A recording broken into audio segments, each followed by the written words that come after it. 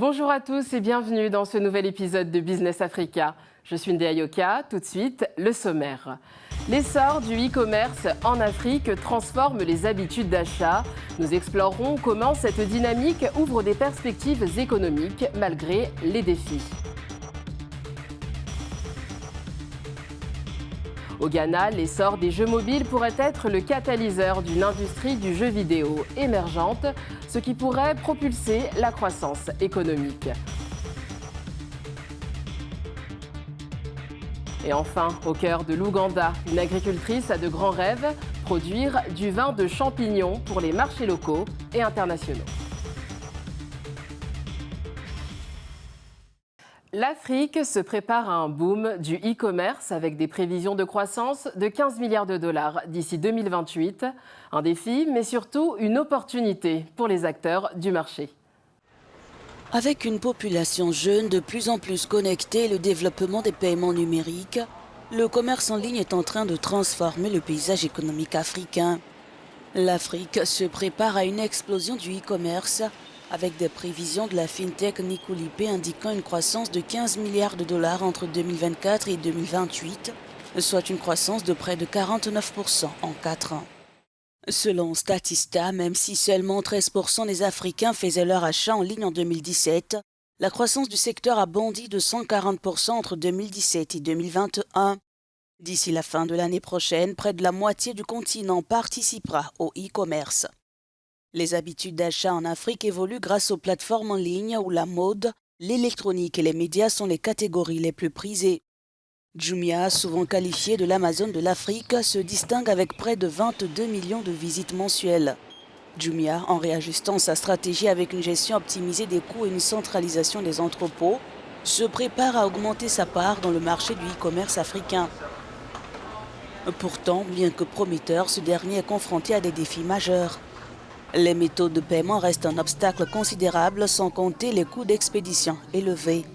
La Banque mondiale rapporte qu'en 2019, le coût moyen d'exportation d'un conteneur depuis l'Afrique subsaharienne était de 2 504 dollars contre 1 033 dollars depuis l'Asie de l'Est et le Pacifique. Pour tirer parti des 650 millions de e-shoppers prévus d'ici 5 ans, il faut investir dans la logistique et simplifier les paiements numériques. Renaud Glénisson, directeur régional de Jumia pour 5 pays africains, nous rejoint depuis la Côte d'Ivoire. Monsieur Glénisson, bienvenue dans Business Africa. Jumia s'impose sur le continent comme le leader du e-commerce. Quels obstacles a-t-elle rencontrés et quels facteurs ont favorisé ce succès ? D'abord, il y avait la faible pénétration d'Internet. Il faut savoir qu'en Afrique, la qualité des connexions sont très variables. Et donc, il a fallu accélérer les ventes de mobiles par Internet pour s'assurer que les gens aient bien l'accès à Internet.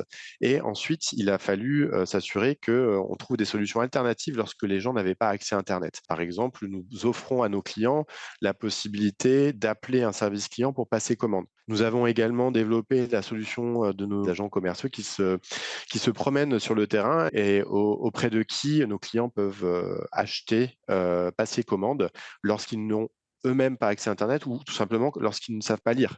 Un autre obstacle auquel nous avons dû faire face, c'est la faible taux de bancarisation. Et donc pour ça, on a dû trouver la solution de paiement en espèces à la livraison. On a aussi un autre problème, si je puis dire, c'est les infrastructures logistiques. Et ça, c'est un gros point pour le e-commerce. On a dû créer notre propre réseau logistique en s'aidant de partenaires logistiques locaux. Notre problème dans beaucoup de pays d'Afrique, c'est que les infrastructures routières sont relativement développées dans les capitales, mais un petit peu moins quand on va à l'intérieur du pays.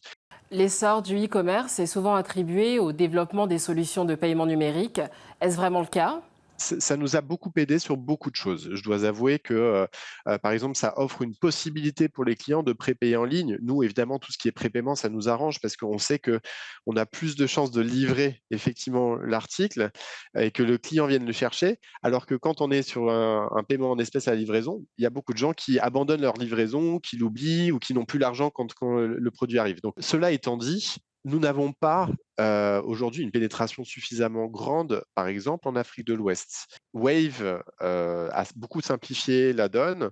Orange Money était le leader, mais malgré cela, nous n'avons pas une pénétration très élevée. Alors qu'au Kenya, on est sur une pénétration du mobile money quasiment à 100%. Mais ça n'a pas révolutionné notre service, malheureusement. En 2017, 13% des Africains faisaient leurs achats en ligne, un chiffre qui devrait atteindre près de 50% d'ici l'an prochain. Comment vous envisagez l'intégration des zones rurales ?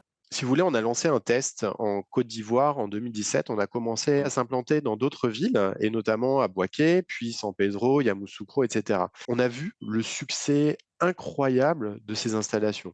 On a ensuite décidé de se lancer à l'intérieur du pays, dans des villes de plus en plus petites, voire dans des villages. Et en fait, c'est ce qui fait aujourd'hui le succès de Jumia Côte d'Ivoire. On s'est rendu compte que notre offre au même prix que dans la capitale, ça a révolutionné le commerce. Et donc aujourd'hui, plus de la majorité de nos ventes sont à l'intérieur du pays et plus à Abidjan. J'aimerais conclure sur les initiatives gouvernementales. Quels sont leurs rôles et comment peuvent-elles renforcer le secteur du e-commerce ? Il faut savoir que les géants de l'Internet type Facebook, Google opèrent en Côte d'Ivoire, mais ils opéraient sans payer aucun impôt. C'était une espèce d'injustice pour nous qui sommes des contribuables dans tous les pays d'Afrique. Et récemment, de plus en plus de pays type Côte d'Ivoire, Sénégal mettent en place des taxes pour ces opérateurs, ce qui me paraît être quelque chose de tout à fait normal et souhaitable pour les États aussi. Et je pense qu'il y a autre chose qui pourrait nous aider à terme, c'est la zone de libre-échange qui doit être mise en place en 2027, et ce qui nous permettrait après de nous de sortir un petit peu des pays dans lesquels on est pour aller toucher les pays voisins. Monsieur Glénisson, je vous remercie.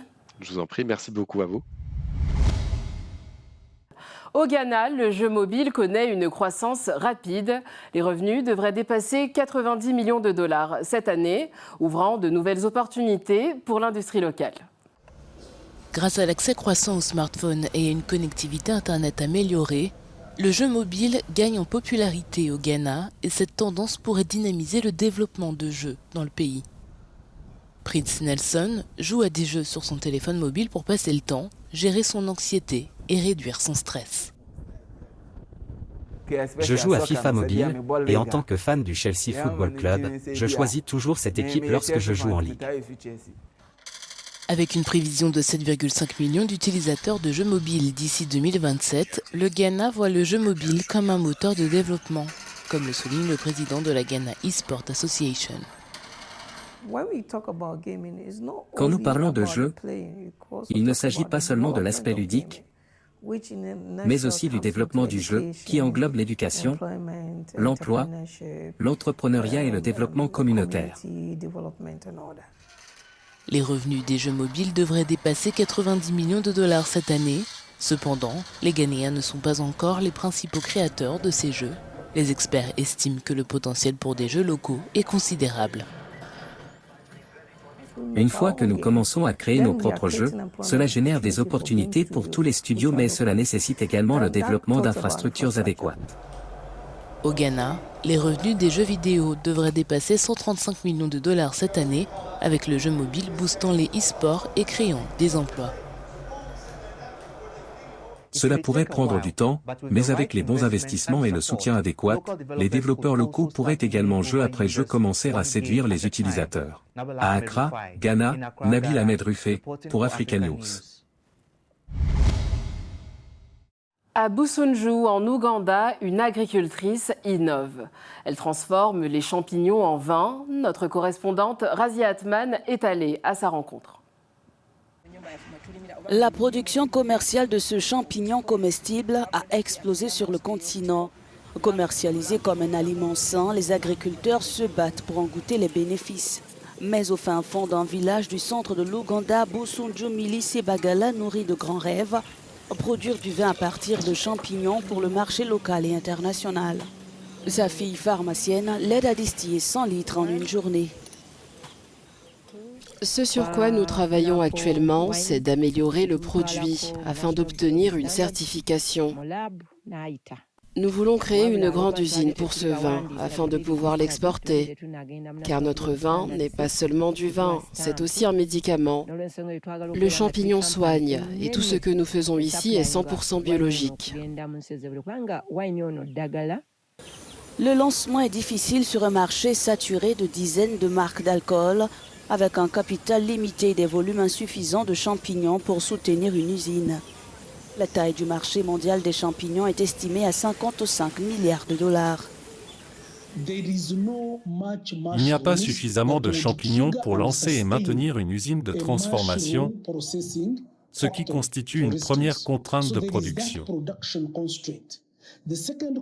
La deuxième contrainte réside dans la structuration de l'entreprise. Il est nécessaire d'avoir de grands producteurs pour fédérer d'autres producteurs commerciaux, puis intégrer les petits producteurs autour de ce réseau.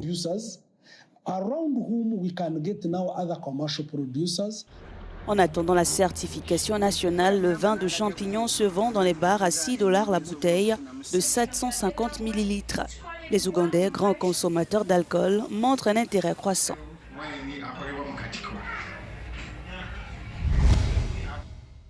Voilà qui conclut cette édition de Business Africa. Pour revoir cet épisode, rendez-vous sur africanews.com et sur toutes nos plateformes digitales. À bientôt.